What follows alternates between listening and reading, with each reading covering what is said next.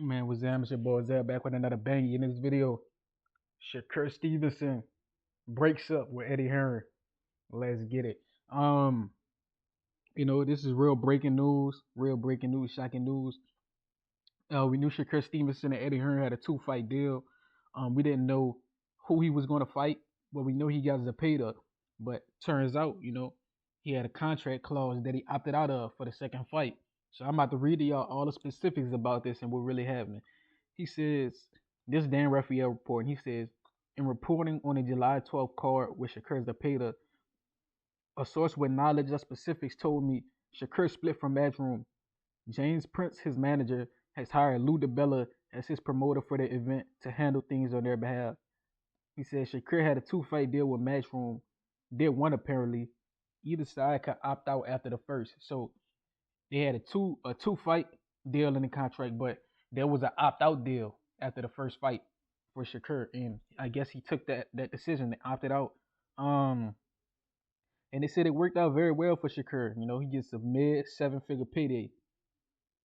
That means he get mid millions, probably 4, 5, 6 million to fight Williams Zepeda without a purse bid. That's good. That's good business. I can't lie. That's good business. He skipped the purse bid. That means the promoters didn't get a chance to lowball him on a fight, and he's getting mid millions, close to 10 million probably. Um, and they said he hired a promoter for a flat fee that will make much less than a promoter that had him under contract would get, and he would be a free agent afterwards.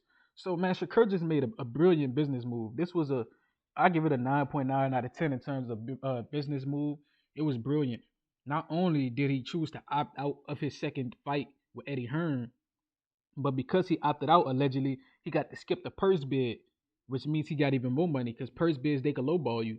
You feel me? So he skipped the purse bid, getting probably close to $10 million. Anywhere between 4 and 10, he getting paid. Um, and he hired a promoter for a flat fee, so he don't got to pay him no contract. You feel me? It's much cheaper that way. So Shakur made a bunch of good business moves to get the Zepeda fight. It's just funny how he said they was trying to lowball him. Eddie Hearn was doing, Turkey was doing bad business allegedly. Eddie Hearn, his promoter, wasn't defending him. So he said screw Eddie Hearn allegedly. Got with Lou DiBella. Took the opt out. Now he getting the biggest fight of his career. Probably getting paid the most he's ever gotten paid in his career, and he keeping most of the money because he don't got to pay promoter as much. So Shakur made a bunch of good business moves, bro. You gotta respect it.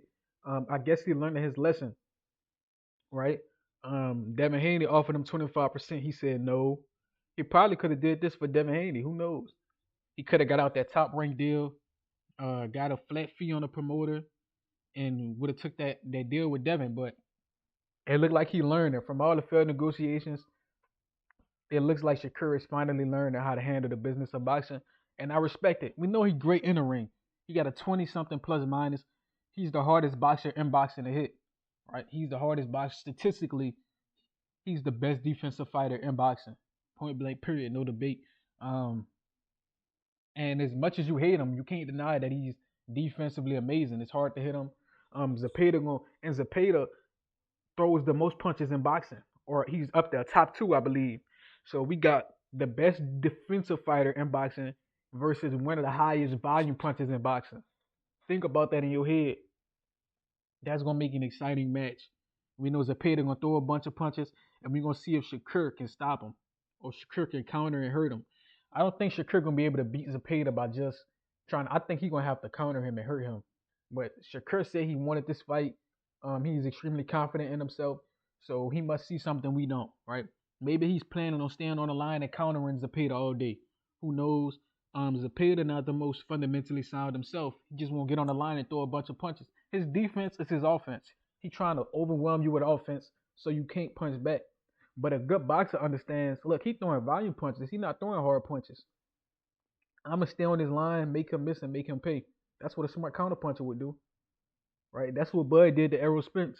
Bud Crawford is probably the best counterpuncher in boxing, and he could box on the front foot, which makes him dangerous. But against a pressure fighter, we saw what Bud did to Errol.